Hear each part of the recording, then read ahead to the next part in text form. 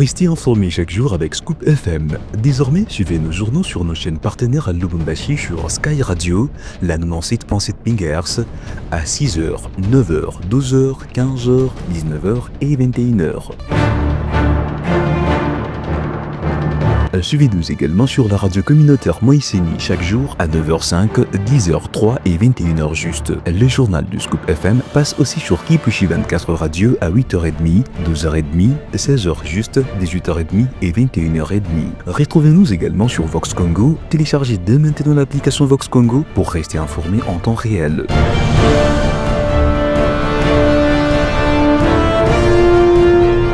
Scoop FM, suivez-nous sur notre page Facebook et sur notre chaîne YouTube pour tout savoir sur l'actualité locale, provinciale, nationale et internationale. Scoop FM, la neutralité réelle. La neutralité réelle.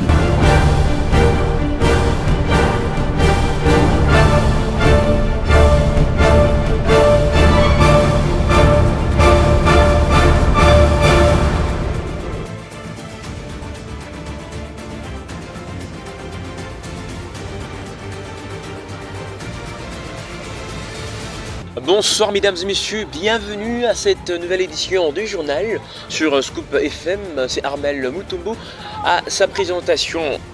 Aujourd'hui un seul titre. Le samedi 21 juin 2025, le monde célèbre la journée mondiale de la musique. C'est art de combiner les sons d'une manière agréable à l'oreille. On fait le point avec Nathan Kazadi, artiste musicien depuis Kipushi.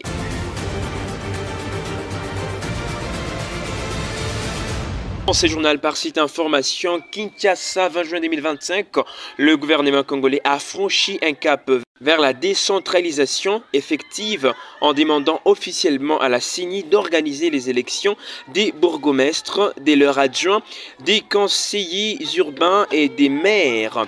Cette initiative portée par une correspondance du vice-premier ministre de l'Intérieur, Chabani Loko, répond aux instructions du président Félix Tshisekedi lors du 45e Conseil des ministres. Fatou Niembo.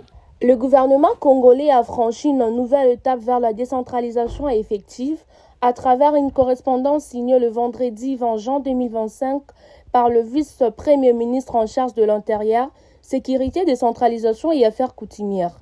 Chabani Luko Biango, l'exécutif a officiellement saisi la Commission électorale nationale indépendante pour organiser les élections de bourgmestres, bourgmestres adjoints, conseillers urbains et maires de ville. Cette décision s'inscrit dans le cadre des instructions du président de la République, Félix-Antoine Tshisekedi Tshilombo, exprimées lors du 45e Conseil de ministres. L'objectif visé est de finaliser le processus électoral dans les entités territoriales décentralisées afin d'améliorer la gouvernance locale et renforcer la participation citoyenne à la gestion des affaires publiques. Dans la lettre adressée au président de la CENI, le VPM de l'Intérieur insiste sur l'urgence d'agir, exhortant à une collaboration immédiate avec le partenaire du gouvernement pour la mise en œuvre des dispositions pratiques. Ces gestes marquent un pas décisif vers la concrétisation de la décentralisation longtemps attendue et la démocratisation à la base, gage d'un développement local harmonisé.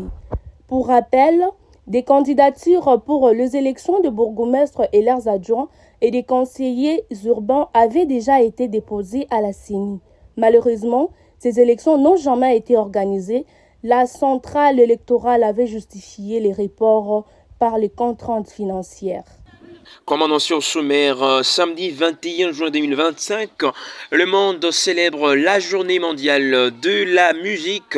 C'est art de combiner les sons d'une manière agréable à l'oreille. Quel regard porter sur la musique congolaise en général et en particulier celle katangaise? Nathan Kazadi, artiste musicien depuis Kipushi, nous donne son regard de fait dans ce propos recueilli par Gédéon Kassongo. Je me présente, c'est Nathan Kazadi. Je suis un rappeur, chanteur gospel originaire de la ville de Kipushi. À mon avis, par rapport à la musique katangaise, je peux dire qu'elle évolue. Mais en vrai, elle reste à 50% de son potentiel. Il y a du talent, de la créativité, des artistes passionnés. Mais ce qui manque réellement, c'est une véritable industrie musicale structurée. des maisons de production, des labels professionnels, des contrats clairs, des promoteurs, des plateformes de distribution locales. En tout cas, je pense que sans ces piliers, les artistes ont du mal à passer je pourrais dire, de l'amateurisme à une carrière durable. Contrairement à Kinshasa, où des structures commencent à émerger. En tout cas, selon moi, le Katanga reste à construire. C'est un peu ça, vraiment. Nous avons besoin des formations en management artistique et surtout une grande vision, en fait. Et puis, il y a toujours dans l'actualité le chef d'état-major des forces armées de la République démocratique du Congo, le général Jules Banza Mwilambwe, et son homologue ougandais, le général Muhoozi, ont signé ce vendredi 20 juin à Kinshasa un mémorandum d'attente révisé sur l'opération militaire conjointe Shuja, lancée le 30 novembre 2021. Cette opération vise à neutraliser les forces démocratiques alliées, groupes rebelles ougandais affiliés à l'organisation État islamique, actifs dans les territoires de Beni et d'Irumu. Suivez ce reportage.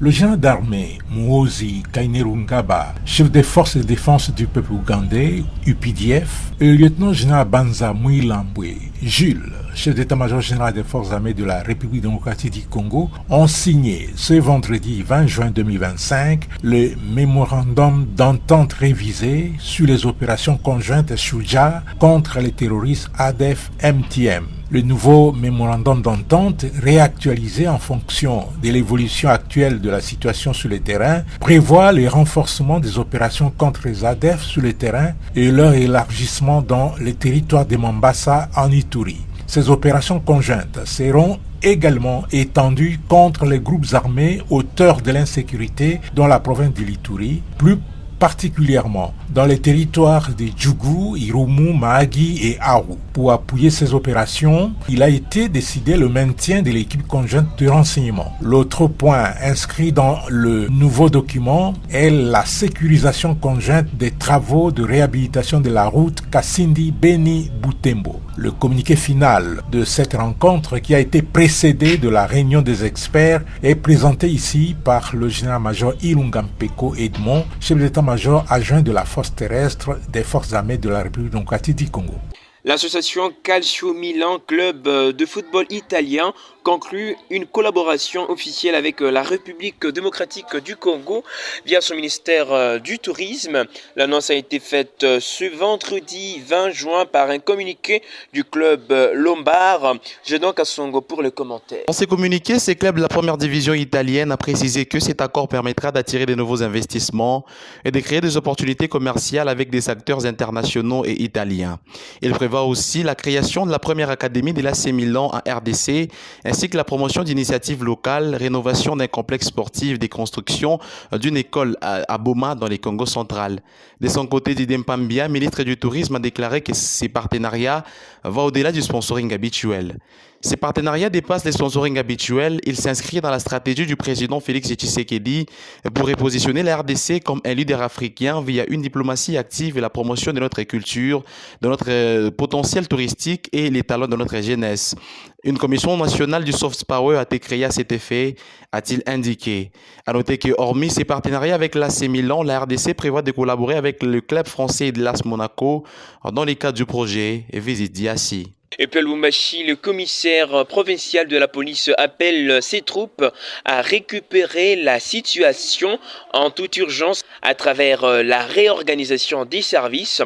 Les effectifs doivent être maîtrisés, le nombre d'armes aussi. Par conséquent, j'attends la déclaration de tous les détachés qui vont recevoir des bulletins des services prochainement après la vérification de leur contrat. Le commissaire divisionnaire Blaise Kilimbalib à la clôture de la réunion de commandement qu'il a organisée ce vendredi. Mesdames et messieurs, avant de clôturer ce journal, place à la revue de presse avec Gloire Duboué. C'est un plaisir de vous retrouver, mesdames et messieurs. Bonjour et bienvenue à cette revue de presse à la une de l'actualité avec Radio-Okapi.net. Nord Kivu, au moins 17 morts dans un éboulement sur un site minier à Bibatama. Au moins 17 corps ont été extraits jeudi 19 juin des puits du site minier des Bibatama dans des territoires des Massissi au Nord Kivu à la suite d'un éboulement survenu alors que des dizaines de creuseurs artisanaux s'y trouvaient à plusieurs mètres de profondeur. Selon des sources locales, seul le corps le plus proche de la surface ont pu être récupérés.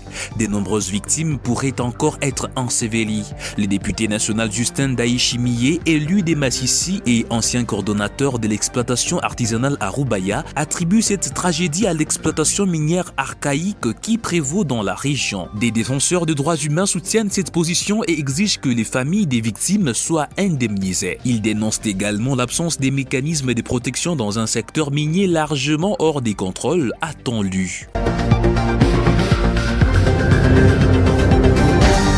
De sa part, Actualité Pensée des titres, vente illicite des carburants à Kinshasa, Daniel Bumba promet des sanctions contre les vendeurs et leurs protecteurs. Le gouverneur de la ville de Kinshasa, Daniel Bumba, a effectué une descente ce jeudi sur un site des ventes illicites des carburants dans la commune de Limete, à proximité de l'échangeur de Limete. Sur place, un réseau de trafic des produits pétroliers a été démantelé dans le cadre d'une opération de restauration de l'ordre urbain initiée par les autorités provinciales. Le chef de l'exécutif provincial a exprimé sa ferme désapprobation face à cette activité jugée dangereuse à plusieurs égards. Il a notamment souligné des risques environnementaux et sécuritaires qu'elle fait peser sur la population exposée à des incidents potentiels dont les incendies, a-t-on lu sur ses médias en ligne.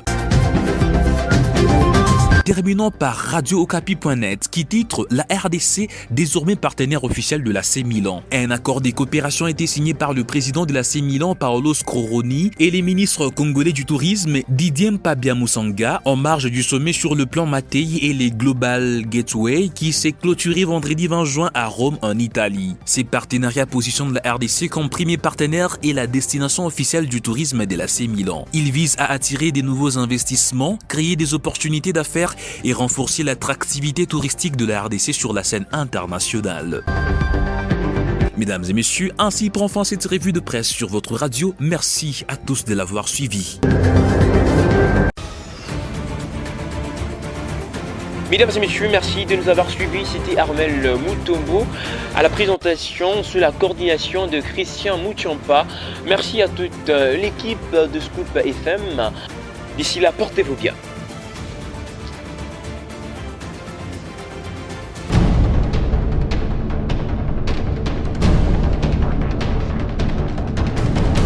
Restez informés chaque jour avec Scoop FM. Désormais, suivez nos journaux sur nos chaînes partenaires à Lubumbashi sur Sky Radio, la 97.7 MHz, à 6h, 9h, 12h, 15h, 19h et 21h. Suivez-nous également sur la radio communautaire Moïseni chaque jour à 9h05, 10h03 et 21h juste. Le journal du Scoop FM passe aussi sur Kipushi 24 Radio à 8h30, 12h30, 16h juste, 18h30 et 21h30. Retrouvez-nous également sur Vox Congo. Téléchargez dès maintenant l'application Vox Congo pour rester informé en temps réel.